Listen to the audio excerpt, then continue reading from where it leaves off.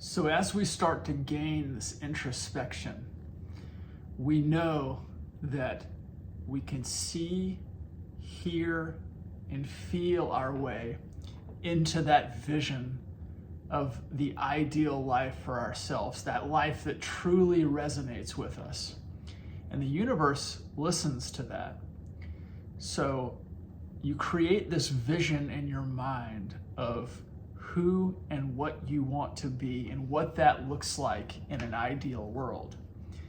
And as you're creating that, in order to get the infinite particles of the universe to respond to this vision to where you're taking yourself, you can use tactics like hearing what people will say to you when you are that person that you're envisioning. So what would somebody say to you if you were in the most ideal place for your life, and hear them complimenting you on your achievements and talking about how far you've come and mentioning how they watched your evolution from the person that you were to this person that you want to be. So you hear that in addition to seeing this vision of yourself. The third part of it, seeing, hearing, and feeling, is actually getting into this position of feeling what that feeling would be like to be in this place where you have achieved everything that you've pursued.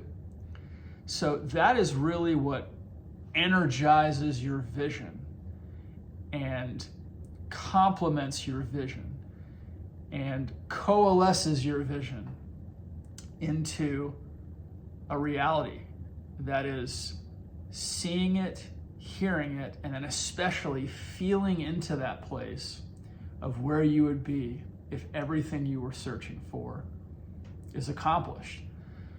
And that feeling of where you would be in the present moment starts to create that reality around you, because the universe is infinite possibilities, right?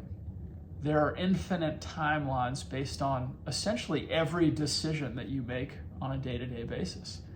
So you choose one thing over the other, it points you down a timeline based on that free will decision you've made.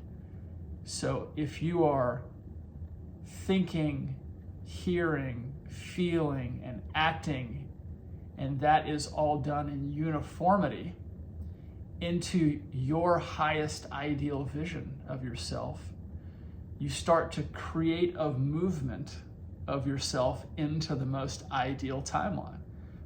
The timeline, the dimension, whatever you want to call it, of the highest version of the way you see yourself right now.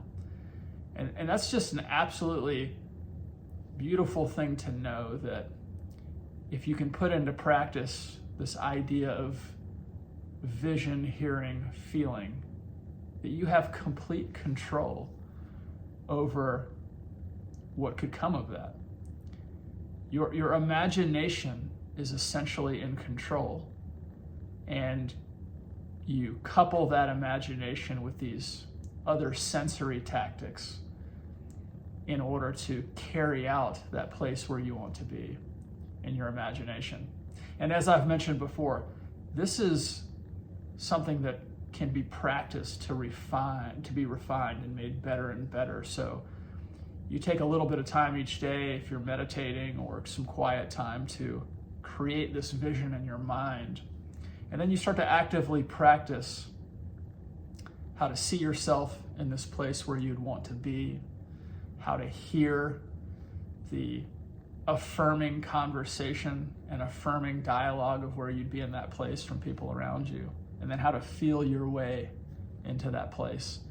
And what an opportunity to work on that and start to envision and create exactly where you want to be.